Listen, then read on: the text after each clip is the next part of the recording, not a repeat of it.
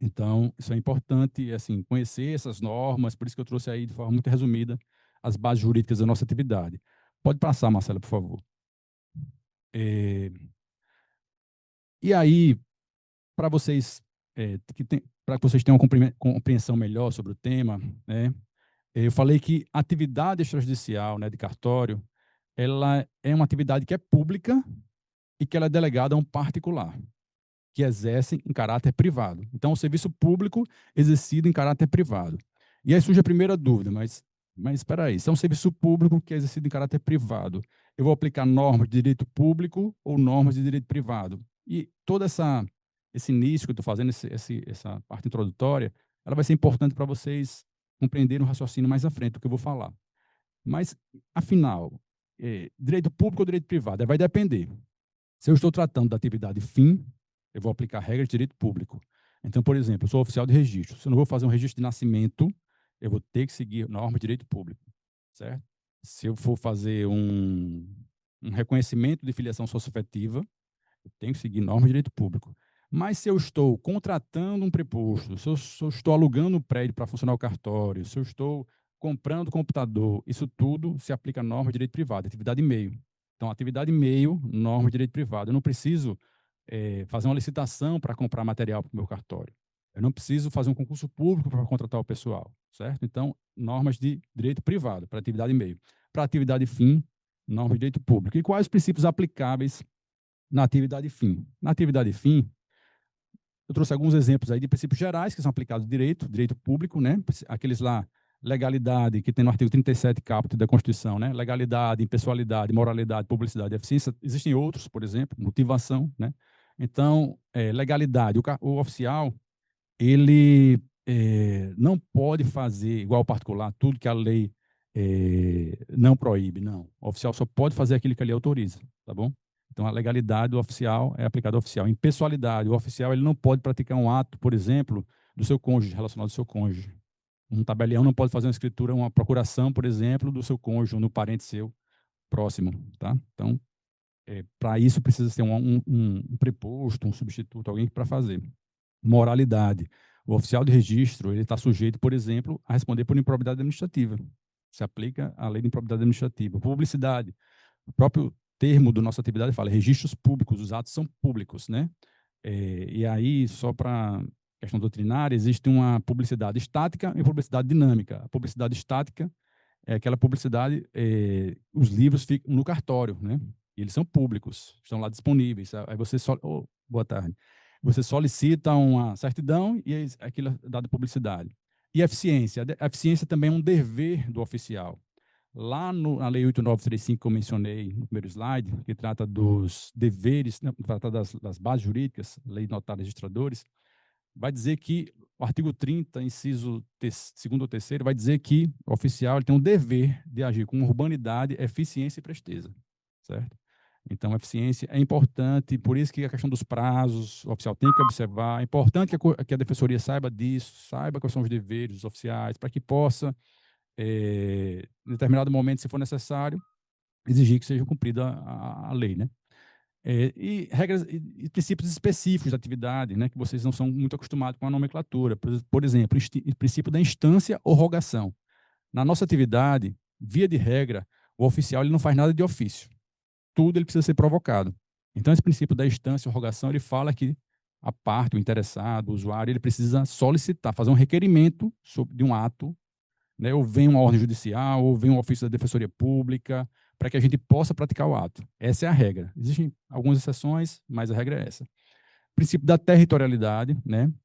Nós temos diferentes, esqueci de dizer no início, nós temos diferentes tipos de especialidades de cartório, né? Então, a gente chama, primeiro, esse termo cartório, que eu estou usando aqui para vocês, eu já me rendi em utilizá-lo, porque é o que é mais popularmente conhecido. A sociedade conhece como cartório, mas cartório, na verdade, é só o prédio, né? E, tecnicamente, o nome mais adequado a se chamar seria serventia extrajudicial, né? E o titular da serventia extrajudicial, ele vai ser um notário ou registrador. Se ele for um tabelião, se ele exercer a função de tabelião de notas ou tabelião de protesto, ele vai ser notário ou tabelião de notas ou de protesto. Se ele ocupar uma função de registro, por exemplo, registro de imóveis, registro de pessoas naturais, pessoas jurídicas, ele vai ser um registrador ou oficial de registro. Então, eu sou um oficial de registro, ou um registrador. E as atribuições de registro de imóveis e registro civil das pessoas naturais, que a gente chama de RCPN, eles aplicam sobre ele o princípio da territorialidade. Então, por exemplo, se você teve um filho, seu filho nasceu, o local de registro daquela criança, daquele recém-nascido, vai ser o local onde ocorreu o parto, na região da maternidade onde ocorreu o parto, ou na região onde os pais residem. Então, a depender onde seu filho nasceu, onde você resida, vai ter um cartório específico onde a lei já prevê que aquele registro vai ser feito.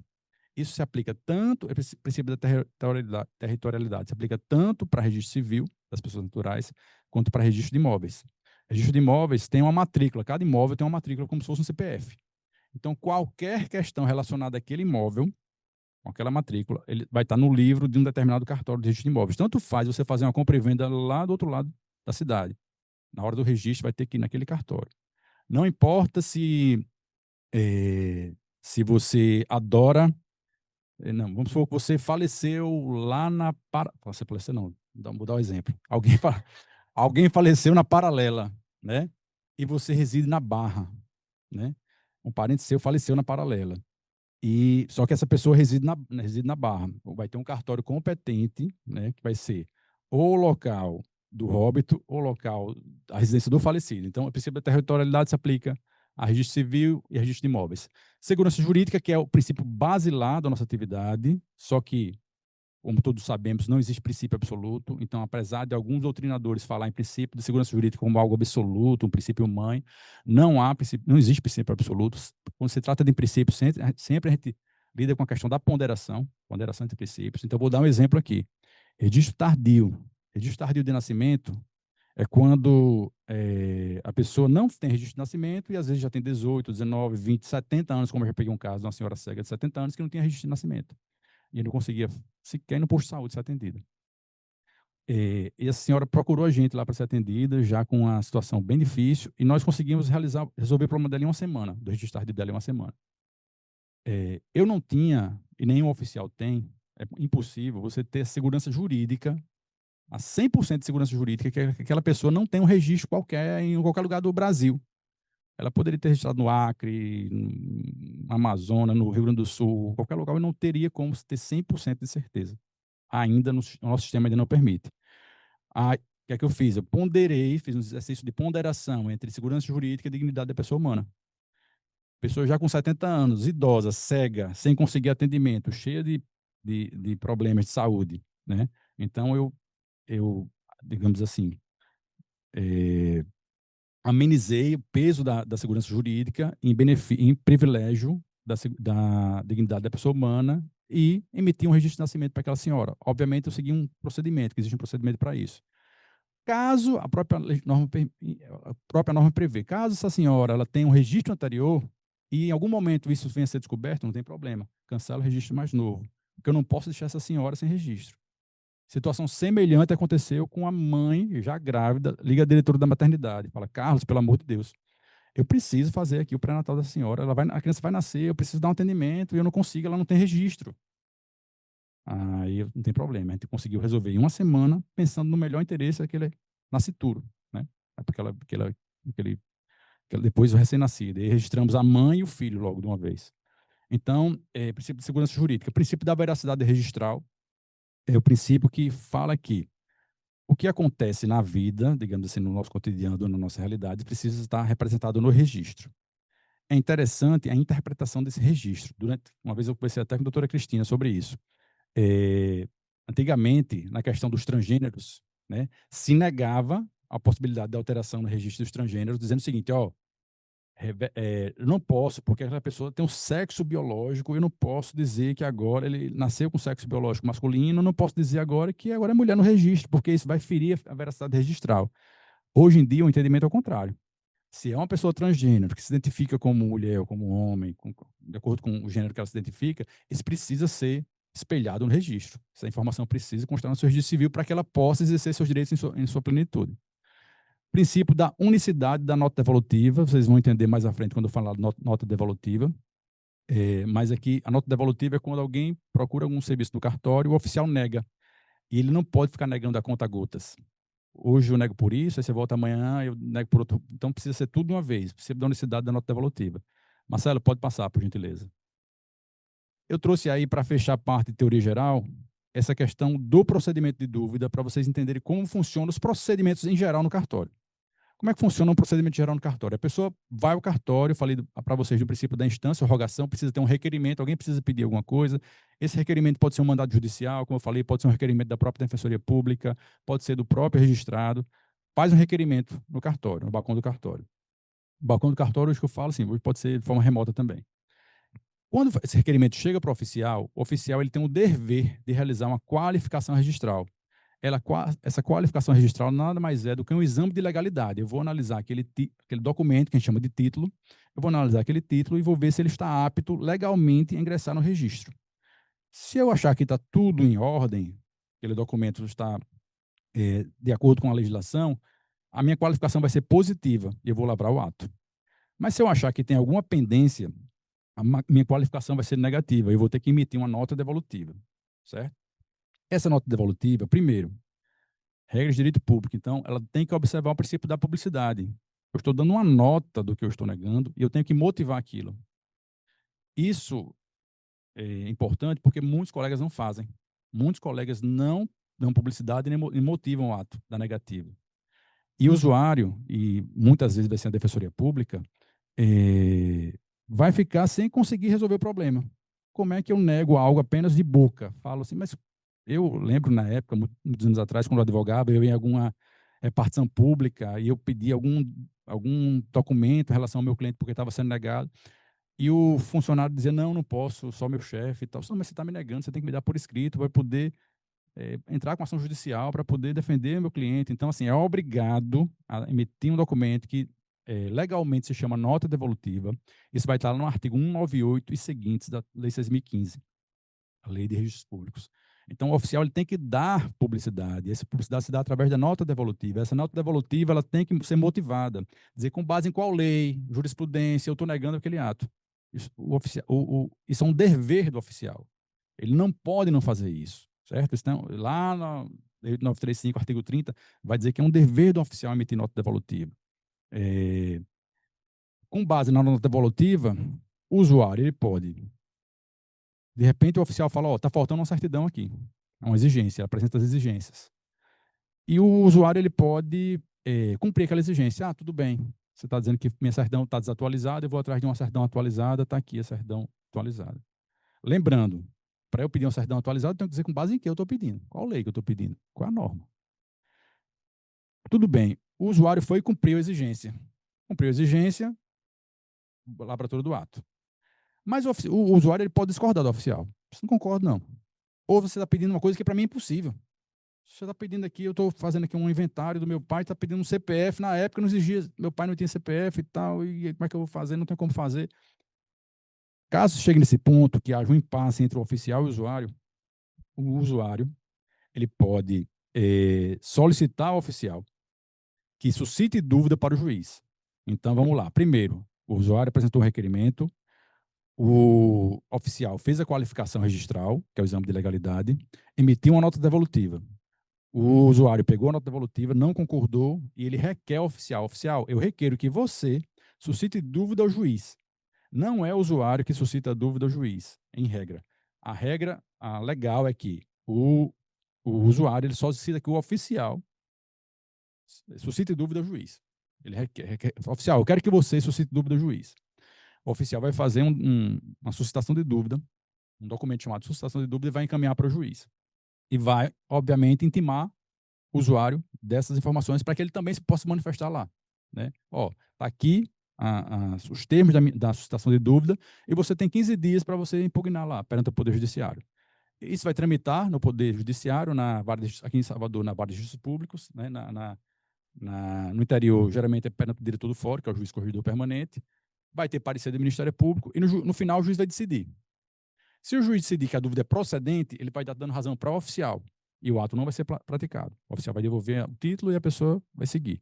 Se o juiz entender que a dúvida é improcedente, aí ele vai informar o oficial e o oficial vai praticar o ato. E o oficial, ele não é parte interessada no deslinde, no desfecho desse procedimento de dúvida. Ele apenas apresenta as razões da negativa dele. Ele não pode, por exemplo, entrar com apelação. Pode recorrer. O usuário pode. O juiz pode decidir e o usuário ele pode recorrer. Por exemplo, aqui na Bahia, a competência, salvo engano, é do Conselho da Magistratura. O Conselho da Magistratura é o órgão competente para julgar recurso em procedimento de dúvida.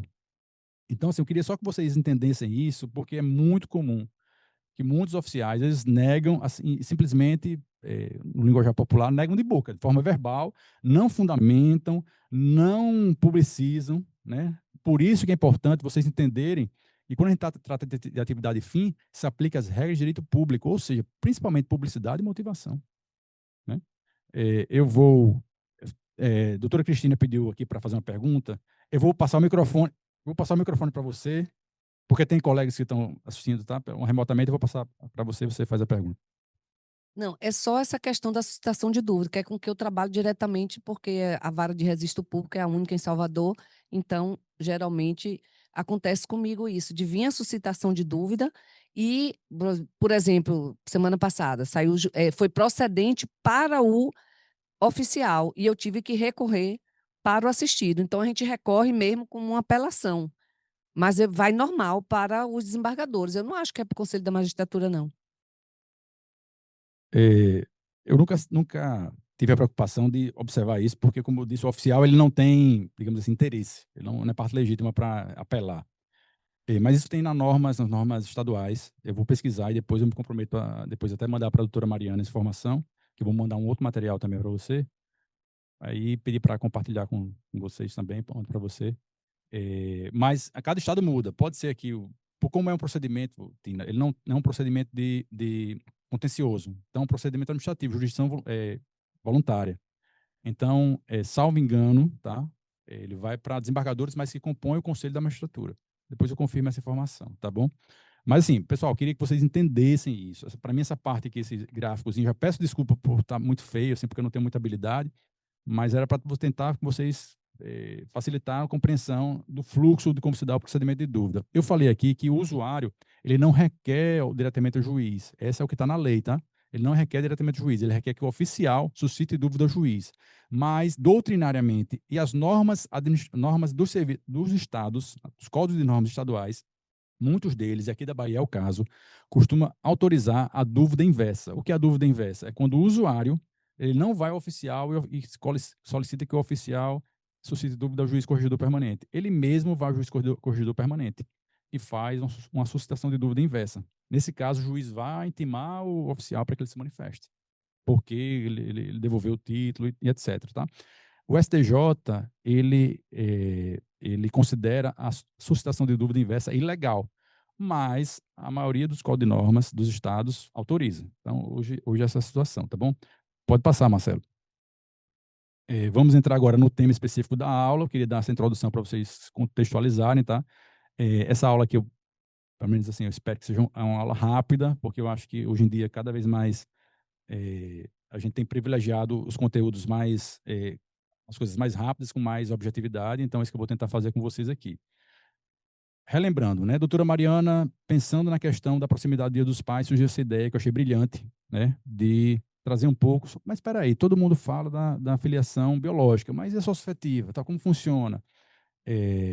Acho que mesmo que a defensoria comece a trabalhar, isso ainda vai acontecer de forma incipiente, aos poucos, mas é importante dar esse primeiro passo, tá? E acho importante, e assim, quando a gente fala de reconhecimento de paternidade, a gente não lida com questão de quantitativa, é qualitativa. Porque basta se a gente conseguir um reconhecimento de paternidade, seja socioafetivo ou seja biológico, isso já tem uma dimensão humana que já vai valer a pena tudo que a gente está fazendo aqui.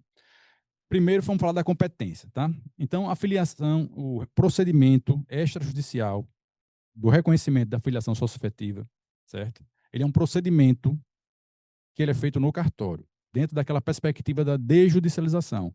Várias questões que eram tratadas no Poder Judiciário, aos poucos elas foram passando para os cartórios.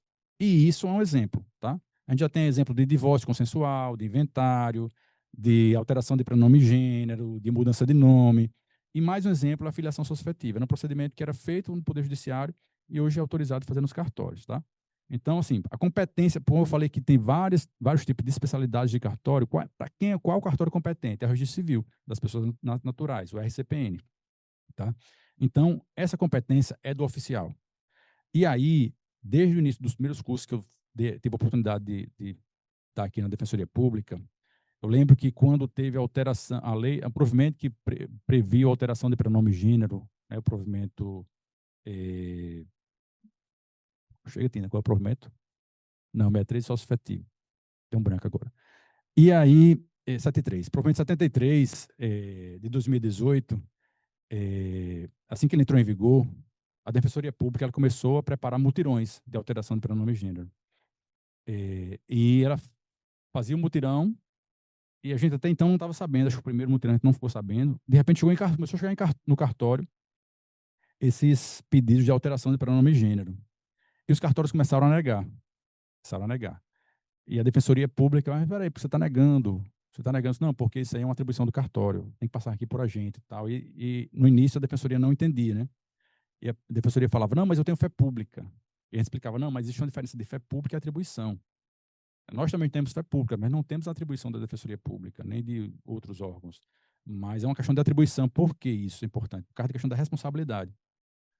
Eu já tive casos, quando o provimento 63, que trata da filiação socioafetiva, entrou em vigor, já tive casos de determinado profissional do direito que enviou um ofício para o cartório, simplesmente com o requerimento e uma cópia do RG. E fala, ó, fulano está dizendo que é pai socioafetivo de cicrano. E não apresentou nenhum documento, não seguiu nenhum tipo de procedimento, os documentos não eram autênticos, né? Quando o oficial, a competência do oficial, e essa competência tem que ser observada, porque quando dá algum problema, uma correção, a responsabilidade é do oficial. Então, assim, se a Defensoria Pública, se o Ministério Público, em algum momento, ele não observou a autenticidade de um documento, algum critério que ali passou sem não foi percebido, e depois veio dar algum problema para alguém, tá? A responsabilidade não vai ser da Defensoria Pública, não vai ser do Ministério Público, vai ser do oficial. E aí tiveram lá em São Paulo discussões na época sobre essa questão da competência e tal, e o Poder Judiciário decidiu que exatamente isso, que não se deve confundir fé pública com atribuição, e essa é uma atribuição dos cartórios. Então, por que isso é importante? Porque se você for defensor público, for fazer um mutirão ou algum ato no Dia dos Pais ou em outra data relacionada à filiação socioafetiva, é importante que, como nós fazemos hoje, já estivemos bem no 10º mutirão de alteração de pronome e gênero, é importante que estejam presentes lá ou um oficial ou um preposto por ele autorizado, um escrevente do cartório, resumindo. Ou oficial ou escrevente, tem que estar lá, certo? Para dar fé pública para isso, para dar aspecto de legalidade, juridicidade daquele procedimento.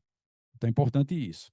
Quando isso não acontece, por exemplo, você fez lá todo o procedimento de reconhecimento de filiação socioafetiva, você não manda simplesmente o ofício, você pede para que a pessoa, junto com aquela documentação, vá até o cartório, para que o oficial possa entrevistá-la, possa seguir um determinado procedimento, tá bom? Então, a competência do registro civil é um ato irrevogável, certo?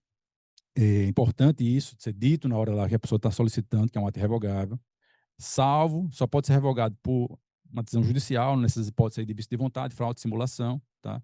Vai ter toda uma repercussão jurídica patrimonial, uma questão aí de herança, pensão, né? Então a gente tem que ter muita cautela com isso. Eu nego muitos procedimentos desses. Vou dar um exemplo aqui. Uma vez, no início, uma pessoa chegou no cartório e deu entrada no procedimento, e às vezes é muito difícil para o oficial entender se está tendo algum vício de fraude, simulação, alguma coisa assim. Alguma tentativa de burlar o sistema, às vezes é difícil de perceber. Mas no decorrer das entrevistas lá, a pretensa filha socioafetiva, na verdade o tio dela, que estava tentando fazer o reconhecimento, ele era o tio e queria ser reconhecido como pai socioafetivo, ele chegou a dizer que estava fazendo aquilo porque ele era militar e ele queria dar uma pensão para ela.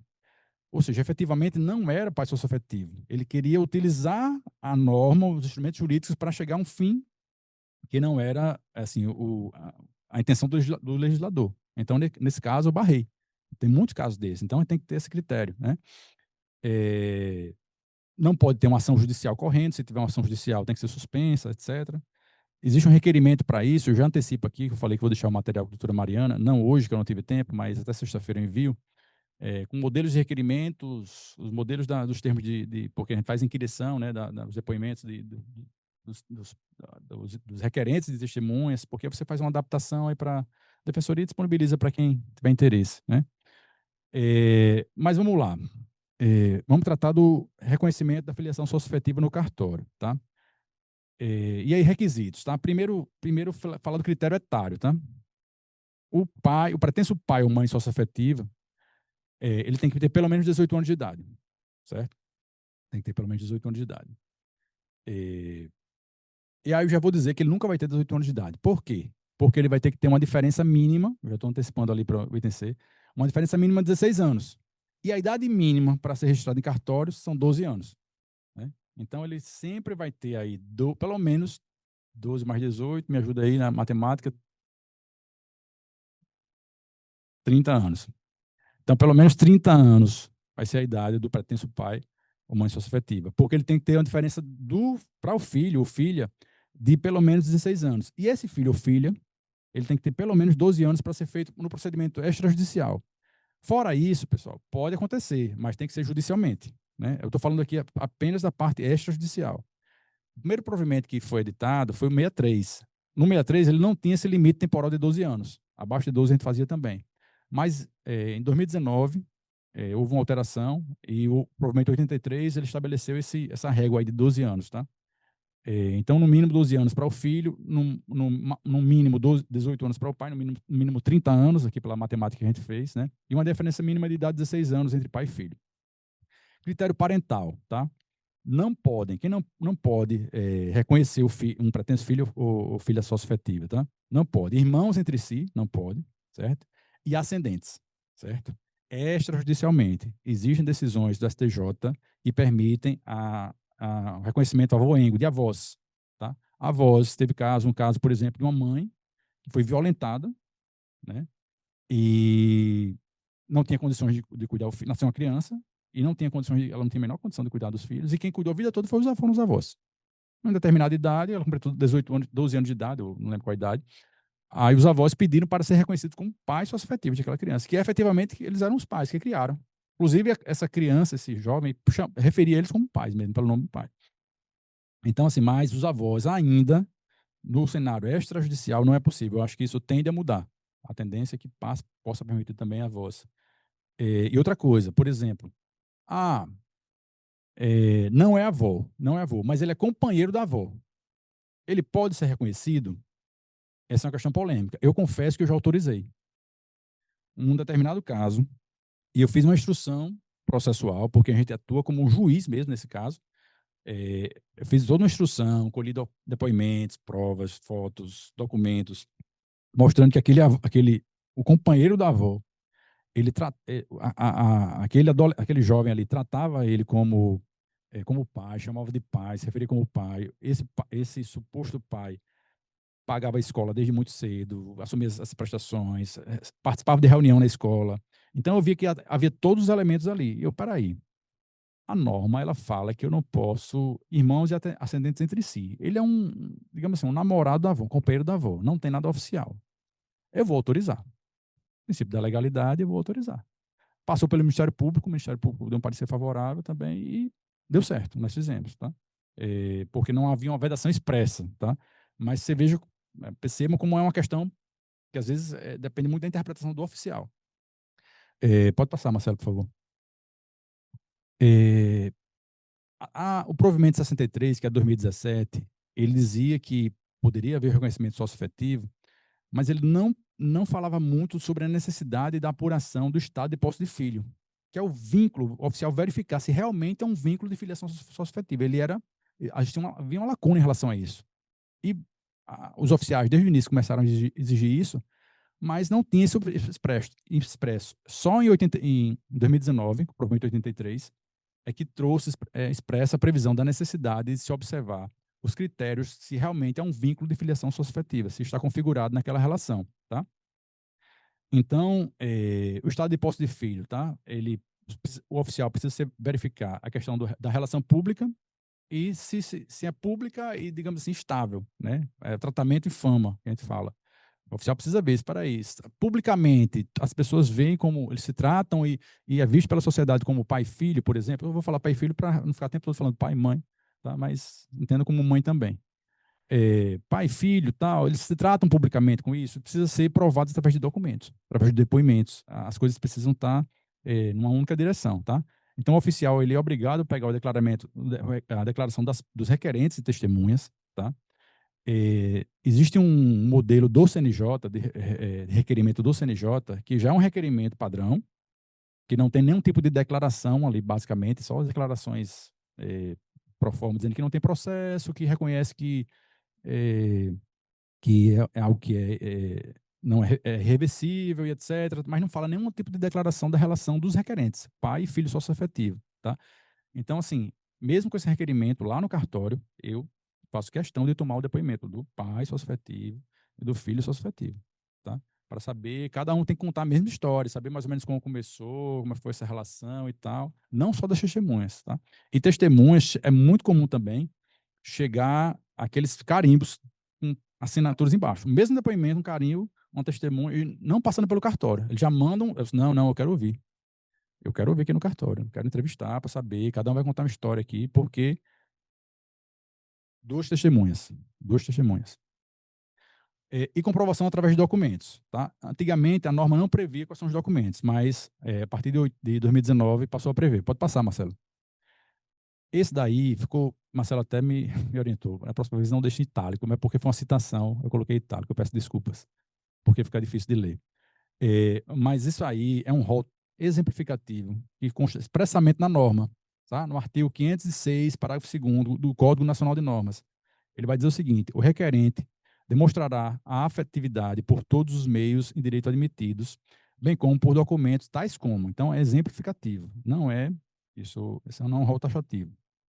Apontamento escolar como responsável ou representante do aluno, inscrição do pretenso filho em plano de saúde ou em órgão de previdência, registro oficial de que reside na mesma unidade domiciliar, vínculo de conjugalidade, casamento ou união estável com ascendente biológico, inscrição como dependente do requerente em entidades associativas, fotografias em celebrações relevantes, declaração de testemunhas com firma reconhecida. Não precisa de firma reconhecida, porque isso pode ser feito perante a Defensoria Pública, pode ser feito perante o oficial. Pois não, Eliana.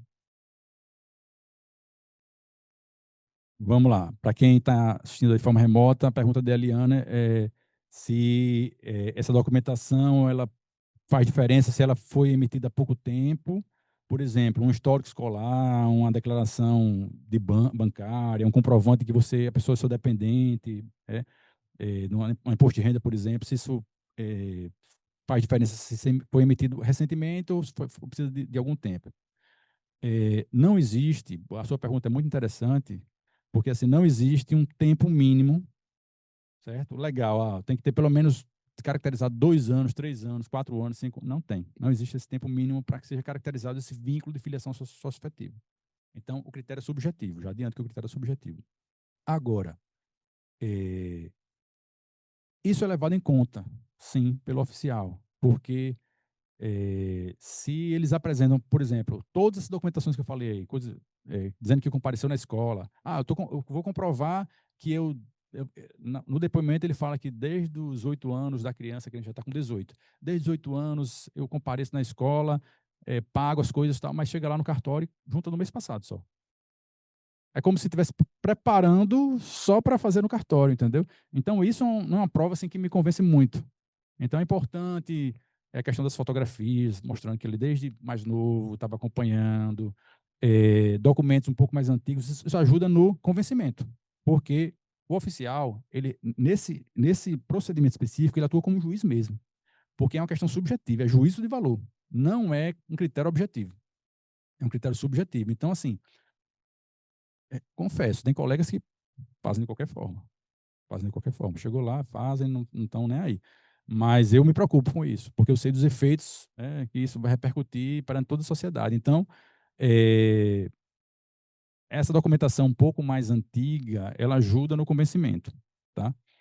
Uma coisa que eu já vou adiantar aqui, que me ajuda muito no meu convencimento, é vínculo de conjugalidade entre o pretenso pai ou mãe socioafetiva e o outro pai ou mãe socioafetivo biológico, o acidente biológico. Isso aí é uma coisa que me ajuda muito, entendeu? Assim, ó, conhecer, eu geralmente chego lá no cartório e falo assim, ó, conheceu desde 2 anos de idade, tá, não sei o quê, tá, vai contando a história, e depois junta, e aí oficializou a relação, ou foi uma escritura pública de união estável, foi um casamento. Então, por exemplo, foi uma escritura de união estável semana passada, chegou no cartório dizendo que já vivia em união estável. Não é tão convincente quando você chega com uma escritura 10 anos atrás. Você sabe que não, peraí, essas pessoas convivem juntas, é tipo padrasto, né, desses pretensos filhos socioafetivos há 10 anos, então há uma tendência aí de que realmente há essa relação. Então, isso é o que pesa muito. É, mas vamos lá, vamos seguir. Aí depois eu falo de outro detalhe sobre isso. Então, esse é um rol exemplificativo. O que acontece? A norma fala que esse é um rol exemplificativo e que o oficial, ele não, se a pessoa não tiver nesses documentos, todos os documentos, não tem problema.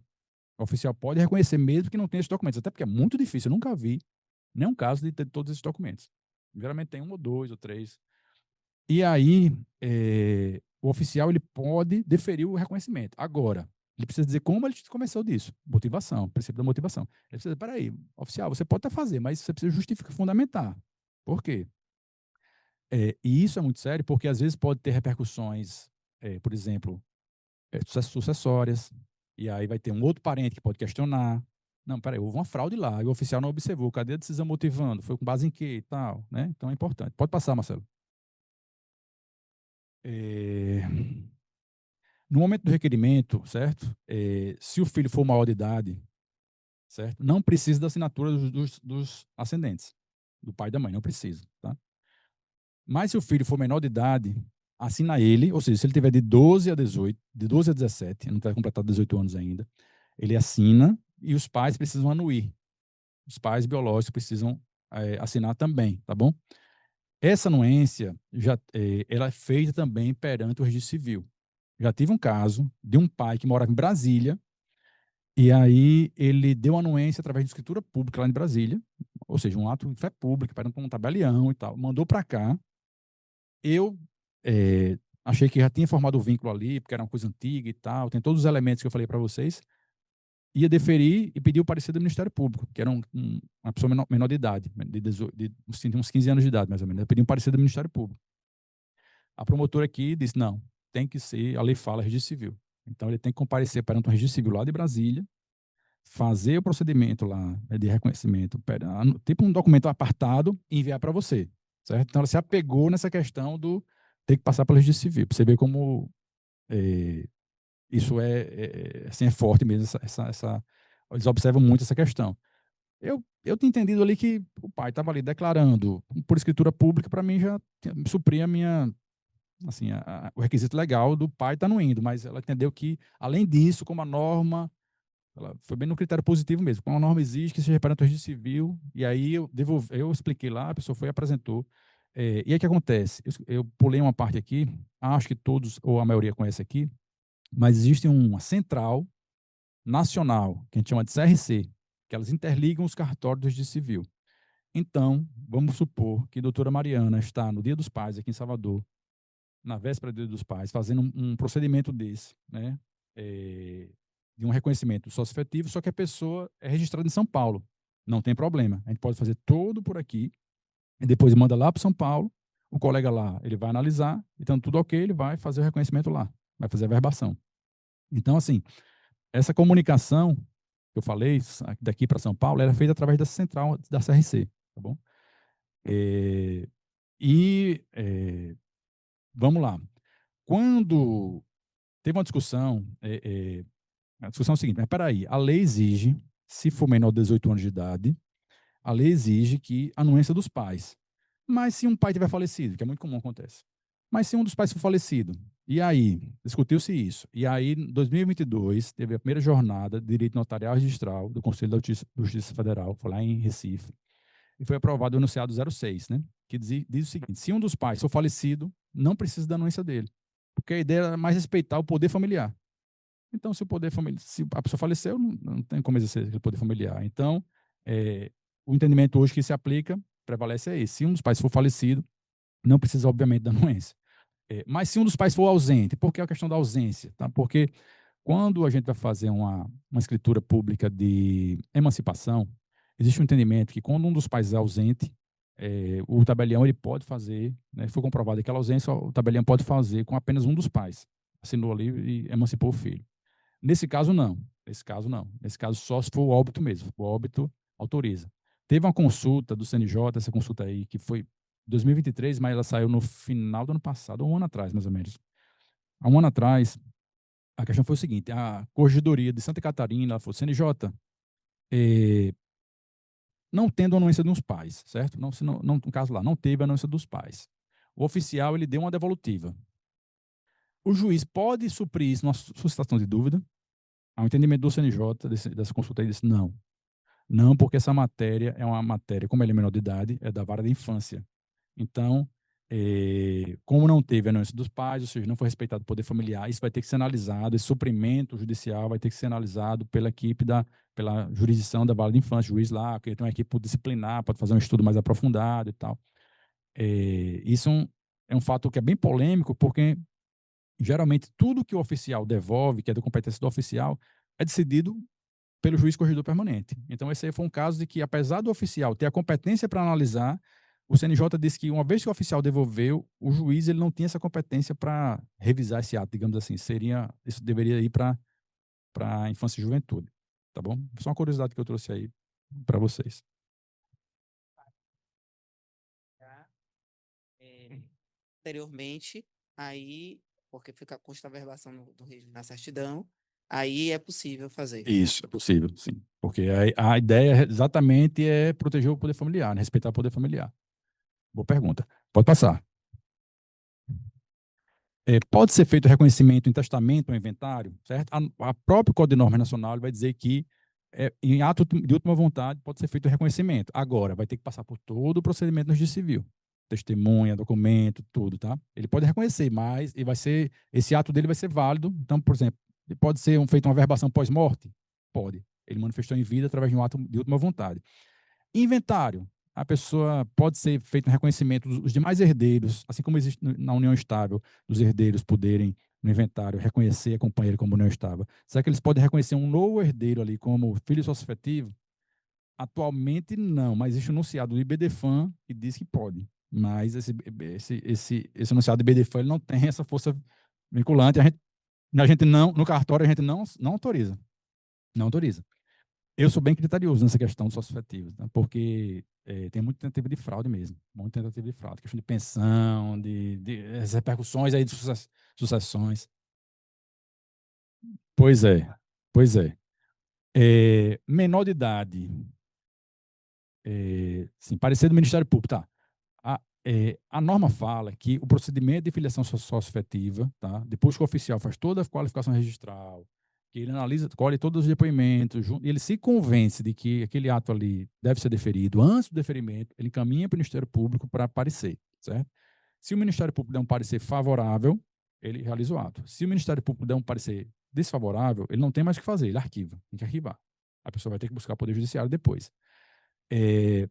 Na época que o provimento foi lançado, nós fizemos uma consulta, certo, ao Ministério Público da Bahia, e o entendimento do Ministério Público da Bahia, não, desculpa, de Salvador, então, foi Calcif, falou o seguinte: quando for menor de idade, não precisa mandar para eles. Quando for maior de idade, não precisa mandar para ele. Então, os procedimentos de maior de idade não vai, aqui em Salvador, não vai para o Ministério Público, mas existem cidades da Bahia que vai, em alguns estados o pessoal encaminha, mas em Salvador a gente não encaminha, tá bom? Só para vocês tomarem ciência. Lembrando que eu falei da questão da CRC. Então, o exemplo que eu falei que a doutora Mariana fez um procedimento aqui em Salvador e nós encaminhamos pela CRC lá para São Paulo. Qual vai ser o MP competente? O de lá ou daqui? A gente costuma sempre aplicar o MP do local da residência do registrado, né? No caso do filho. Por quê? Porque geralmente, eu falo aqui pela experiência de Salvador, o MP geralmente tem uma equipe multidisciplinar, vai lá, assistente social, faz entrevista, psicólogo e tal, eles vão lá, fazem um trabalho, isso dá uma segurança para a gente maior, inclusive. E o MP lá de São Paulo não teria como fazer isso, entendeu? Então, sempre, antes de enviar, a gente já faz tudo, já pega o parecer do Ministério Público daqui e manda para lá.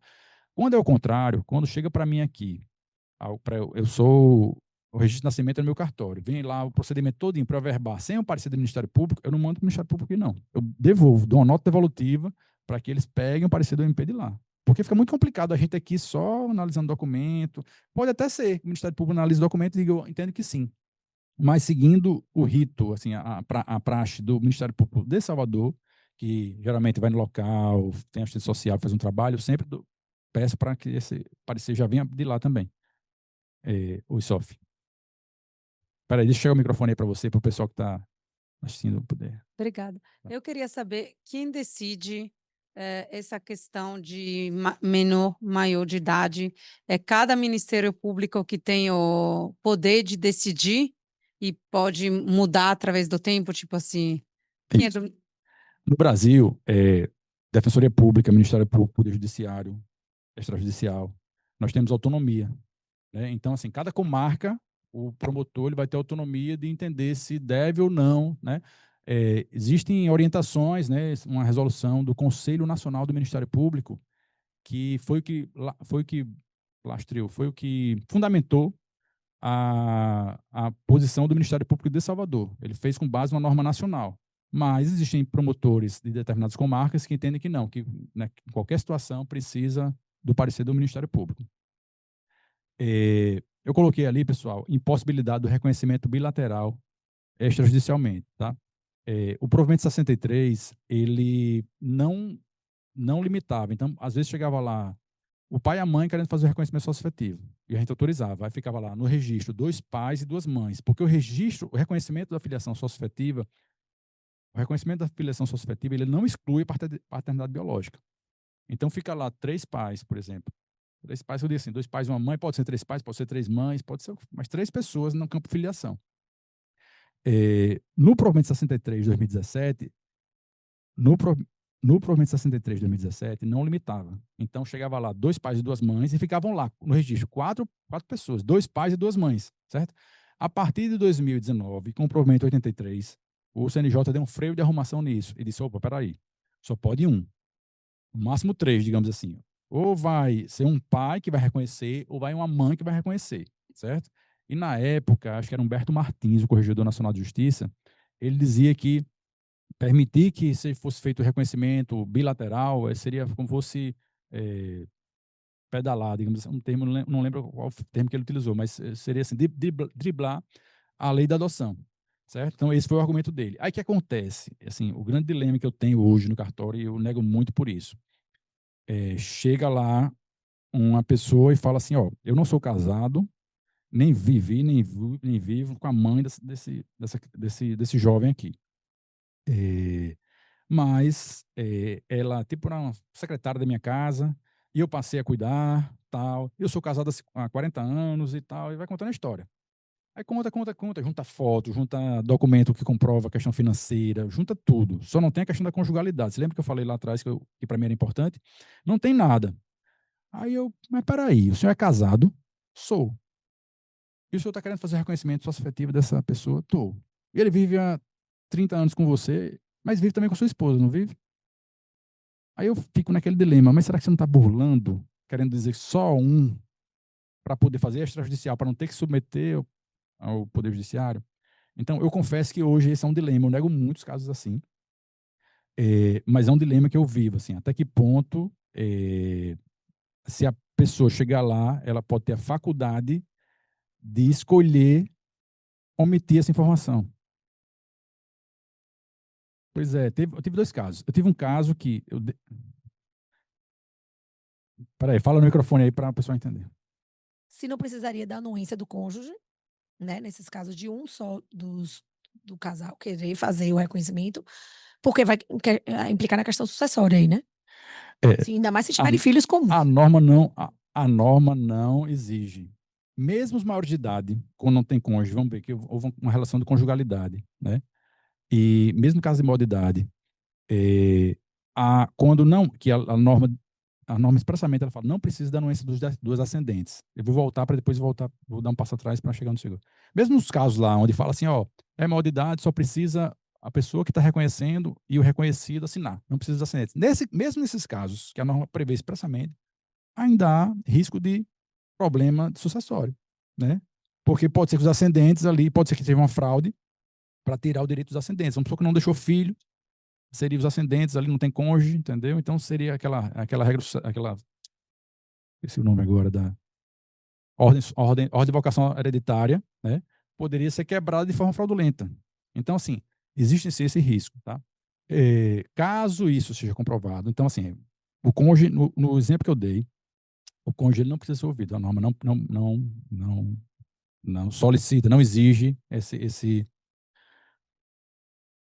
posso solicitar. Geralmente, o que eu faço? Até quando é conjugalidade, o procedimento geralmente não sou eu que faço a instrução. O meu substituto faz a instrução, vem para eu analisar, decidir. Às vezes eu acho que está faltando alguma coisa, não despacho, peço para complementar a informação. Mas o que é que eu oriento a ele? Mesmo que tenha vínculo de conjugalidade, sei lá, uma união estável, peça para a mãe ser testemunha, para saber se realmente essa história está batendo, né? Quando há essa questão dos cônjuges, eu peço para... escuta a senhora, a esposa dele lá para saber como é que... Então, tive um caso que eu neguei, certo? Eu tive 2 casos. Um que o juiz reverteu e um que o juiz concordou comigo. O que o juiz concordou comigo, a testemunha era casada com um pretenso pai socioafetivo. É o exemplo que eu falei. Tem uns 30 anos ali que eles estavam casados. É como se fosse uma secretária que deixou uma criança lá e eles passaram a cuidar dessa criança durante uns 30 anos, tá? É mais ou menos assim o caso. E aí, existia um vínculo aí, de fato, de socioafetividade, de filiação socioafetiva. Mas, no depoimento da mãe, como testemunha, a mãe, assim, da esposa, que eu digo, como testemunha, na verdade, da filha. A filha disse que a mãe, ela também reconhecia a esposa do cara como mãe socioafetiva. Então, ela mesma entregou. E aí o juiz utilizou isso para concordar comigo. Diz, negativo. Eles não têm eles não podem burlar a norma, dizendo assim, eu quero só reconhecer um, porque a própria filha reconhece que o outro também é mãe. Então, procura o Poder Judiciário, porque a norma não autoriza. Mas eu confesso que isso é polêmico, eu confesso que às vezes eu mesmo fico pensando, fico na dúvida, porque a maioria dos colegas fazem. Mas eu penso na questão sempre assim, poxa, será que não estão usando, estão omitindo informação que eu estou vendo que estão omitindo para bular norma? Então, geralmente, eu tenho negado todos. Geralmente, todas as minhas negativas são essas. Eles se revoltam, eles não concordam. Você não tem direito de fazer isso, você não pode, é um interesse da parte, você não pode obrigar a outra pessoa a reconhecer a filiação também. Isso é verdade, mas aqui nos autos mostrou, a própria menina declarou que ela é mãe socioafetiva também. Então, é difícil. A situação é uma situação que é polêmica, que eu estou trazendo para vocês. A depender dos entendimentos, já tiveram 2 casos, um positivo e um negativo, pelo juiz corregedor de Salvador. A depender do entendimento dele, eu vou seguir, obviamente, vai fazer uma jurisprudência administrativa, e eu vou seguir, entendeu? Mas, assim, ainda é uma coisa que chega muito. Como muitas vezes as notas devolutivas que eu dou, o pessoal não suscita dúvida, não requer sustentação de dúvida, então acaba ali, a maioria prevalece meu entendimento. 2 casos que subiram, um foi favorável e o outro foi contra. Aí eu vou observar para seguir. Essa dúvida, eu acho que depende já aí de um lastro probatório que eu acho mais razoável para o Poder Judiciário decidir. Pois é. O que eu tento sempre falar para meus colegas, o procedimento de dúvida, ele é um procedimento que ele protege o oficial. Então, quando o oficial, primeiro, ele dá uma nota devolutiva e fundamenta, ele já está se resguardando. Porque, às vezes, muitas pessoas chegam lá, eu fui no cartório, falei isso, falei aquilo. Não, está aqui documentado, eu neguei por isso. Quando a pessoa requer que suscite dúvida, eu não tenho interesse naquilo. Eu estou dizendo assim, na minha opinião aqui jurídica, não tá, mas tem um juiz ali que vai, uma instância superior, digamos assim, que vai decidir. Então, quando eu encaminho para ele, eu não tenho nem interesse, não posso nem apelar. O que ele decidir, eu vou cumprir. Né? São dilemas que eu acho que todo profissional de direito, acho que muitas vezes vocês, como defensores públicos, em determinadas situações, vocês ficam, poxa, mas espera aí, isso aqui vou por aquele caminho, por esse, é normal da atividade. Né? Eu acho que a tendência é uniformizar. Eu já me deparei com uma situação dessa de negativa, lá, porque eu sou titular da área de infância e juventude, e aí já chegou uma situação dessa que a mãe socioafetiva queria e o marido dela, no caso, não queria reconhecer. Já teve uma situação que chegou. Pois é prudente o oficial qualificar, dar nota devolutiva, se for o caso, devolver, que ele se protege. O que ele não pode fazer, ele vai estar cometendo uma infração disciplinar se ele não seguir esse procedimento que eu estou falando. Se ele não dá uma nota devolutiva, já está sujeito a cometer infração disciplinar, se responder por isso. Então, quando ele faz esse procedimento, ele se protege, porque aí deixa o juiz decidir. Então, quando ele está a dúvida, esse termo dúvida, muitos colegas eles aplicam no sentido de consulta. Sim, não sei se vocês lembram aqui que eu falei do princípio da instância e rogação, que tudo é requerido, nada é feito de ofício. A norma, ela fala que o procedimento de dúvida é exatamente aquele quadrinho que eu expliquei para vocês lá. Requer, tal, segue aquele passo. Não é, a lei não fala que o oficial fala assim, quando o oficial não souber o que fazer, quando ele tiver dúvida no que vai fazer, ele vai consultar o juiz. Não. Não existe hierarquia e o juiz não é órgão de consulta do oficial. Não é. A dúvida é no sentido de duvidar. Peraí, eu estou duvidando que essa matéria está contrária à lei. Certo? Porque eu não trouxe aqui, eu teria que aprofundar mais o tema, mas quando a gente vai fazer um estudo desde a origem do procedimento de dúvida, lá em 1800 e alguma coisa, os decretos lá, quando o oficial duvidado que aquele título ali está contrário à lei e tal. Só que os colegas usam dúvida, e muitos juízes também não sabem disso, da questão do procedimento, ficam dando consulta de forma equivocada, porque às vezes chega um outro problema lá e ele fica com contradição com uma coisa que ele se manifestou, que ele não deveria ser manifestado. Mas é isso, assim, essa questão da bilateral, hoje em dia, para mim, é o maior dilema no cartório, tá? Quando uma observação, quando se trata de reconhecimento de tio, que é possível, eu falei que não pode, irmãos entre si e ascendentes, tá? Mas quando é tio, às vezes no cartório a gente tem uma dificuldade também, porque é normal ter fotografia com tio, com sobrinho, é normal ter uma convivência. Então, quando muita gente chega no cartório apenas com depoimento e foto. No depoimento fala, eu ajudei, eu participei da escola, das reuniões, eu ajudei financeiramente, mas na hora de apresentar o documento não tem nada, entendeu? Então, existem situações que a gente fica também, quando eu não sinto segurança jurídica, geralmente eu indefiro. Pode passar, eu achei praticamente a chance encerrou.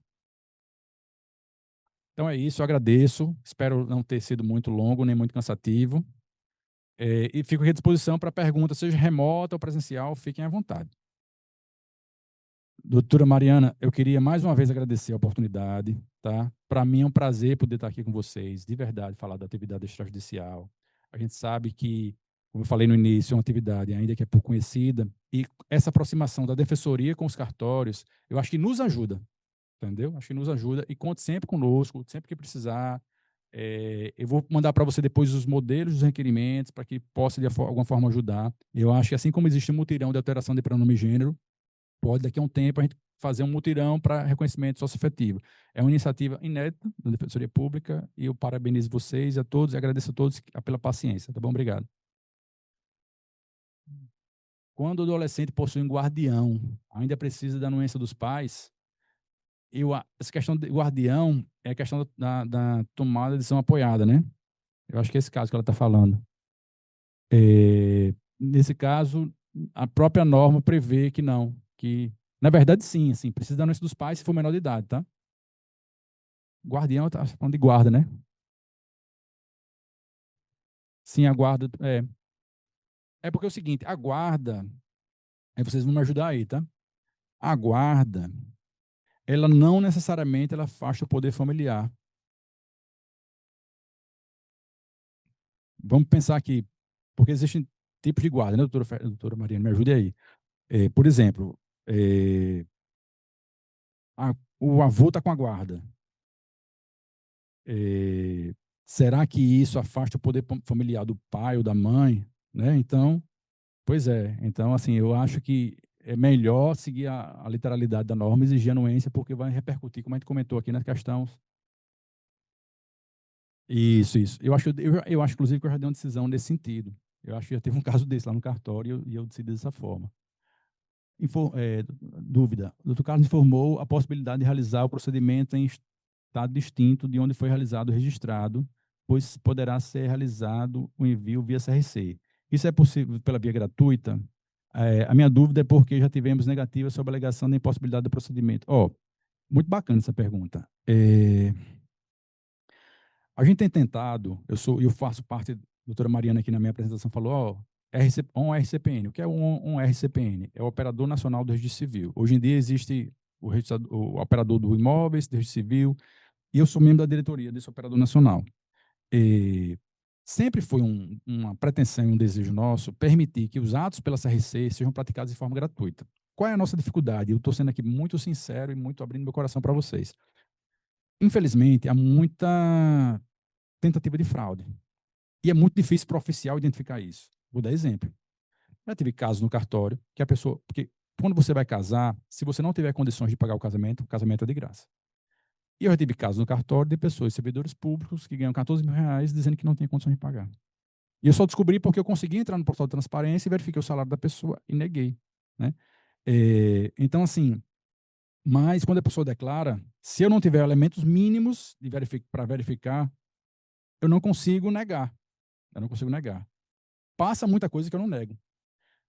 No exemplo do casamento que eu estou dando, as pessoas vão no cartório, os meus prepostos são orientados, os escreventes são orientados, você não vai discutir, você não vai bater boca, nada, você vai fazer um asterisco que eu vou colocar na minha mesa. Quando chega na minha mesa, eu já estou confessando aqui meu modus operandi, eu faço uma pesquisa. Faço pesquisa em rede social, em portal de transparência, no Google, todo canto, para ver se eu consigo identificar ali um padrão mínimo ali para aquela pessoa. Recentemente teve até um caso de um juiz, né, que cancelou, acho que uma bolsa de estudo de um estudante de medicina que estava lá na Europa. Bem, eu tento fazer uma investigação para tentar descobrir alguma coisa nesse sentido. Mas 90% do caso eu não consigo. E eu não nego quando eu não consigo. Porque eu não tenho um elemento minimamente objetivo para negar, né? Mas aqui e acolá consegue. E qual o problema? Quando isso é feito de forma remota, é muito pior. A gente tentou estabelecer uma norma, certo? Chegou a editar uma norma em nível nacional, dizendo o seguinte, ó, quem tiver cadastrado no Cade Único como família de baixa renda, a gente tem um convênio com o Cade Único, que a gente consegue consultar e tal. Você solicita, aí você vai conseguir sua certidão em qualquer lugar do Brasil, e essa certidão é o primeiro passo para todos os outros atos, de forma gratuita. Não vou entrar aqui no mérito, tá? Mas isso foi questionado pela Defensoria Pública do Estado do Rio de Janeiro, no CNJ, e por causa disso foi barrado. O CNJ ficou de reanalisar esse ato normativo do operador nacional. Isso, a gente queria ter um critério, porque senão não tem como. Todo mundo pede. E a gente eu não tenho como ficar fazendo pesquisa de não poderia solicitar. A gente precisa de algum critério, um parâmetro. E aí a gente tentou fazer isso. É um assunto delicado, por isso que eu falei, é delicado. Exatamente, é faca dos gumes, entendeu? Aí o que eu acho é que a gente precisa tentar buscar um parâmetro. Talvez o parâmetro feito pelo operador não foi o ideal, mas assim, a intenção foi bem intencionado, certo? A defensoria pode ser, isso está no CNJ, e o CNJ está analisando. Mas assim, o caminho é esse. Vai ser só feito o ajuste fino do parâmetro para que isso possa ser deferido. E a partir daí, respondendo a pergunta, todos os procedimentos podem não ser feitos. Porque assim, a isenção ela decorre da lei, certo? Só que hoje, essa questão toda do operador tem um custo. Então, por exemplo, quando eu recebo, se um ato é fraudado lá em São Paulo, para eu praticar aqui, não vai ser lá o pessoal de São Paulo que vai pagar. Quem vai pagar vai ser aqui. É um fundo de compensação que vai pagar. Então, assim, tem uma complexidade. E tem muitos estados, tem estado que não tem fundo de compensação. Tem estados, por exemplo, vou dar um exemplo, um estado rico, Paraná. Paraná, não importa a quantidade de casamentos que ele faça. Eles só são ressarcidos por um casamento por mês, gratuito. Acontece que lá eles conseguem ter outras rendas, de outras formas. Mas tem estados que você não tem. Então, assim, é uma coisa complexa que existe ciência desse problema e está buscando uma solução para isso. Tá bom? Obrigado mais uma vez. Não sei se já tentei realizar a regularização socioafetiva diretamente no cartório em Camaçari, porém, mesmo se tratando de uma pessoa maior, foi exigida a anuência dos pais biológicos. O que fazer nesse caso? Primeiro, o oficial de lá é obrigado a emitir uma nota devolutiva. Aparentemente, ele não emitiu, porque a maioria não emite. Ele é obrigado, tá? Artigo 198 da 6.015 e artigo 30, inciso, pode ser o 14 da 8935 e outro agora que eu não vou estar lembrado. Mas no artigo 30 vai dizer os deveres do oficial. Vai ter falando lá que é emitir a nota devolutiva. Isso está a dúvida para o juiz. Então, primeiro exigir que ele emita essa nota devolutiva, porque ele vai ter que fundamentar, né? Porque a própria norma, para você que perguntou, o artigo vai estar do 505 ao 511 do provimento 149 do CNJ, que é o Código Nacional de Normas do Foro Extrajudicial. Lá vai estar um dispositivo dizendo expressamente que quando é maior de idade não precisa da anuência dos pais. Então, você vai exigir que ele apresente por escrito, você vai apresentar a norma dizendo que não e dizer, ó, se precisa de dúvida para o juiz. Entendeu? Esse é o procedimento. É isso que eu queria que vocês entendessem. Porque quando vocês entendem isso, vocês saem dessa armadilha do oficial de ficar falando apenas verbalmente. E existe um rito, vamos observar o rito. Isso vai ser bom para todo mundo. Tá bom? Pessoal, obrigado, viu?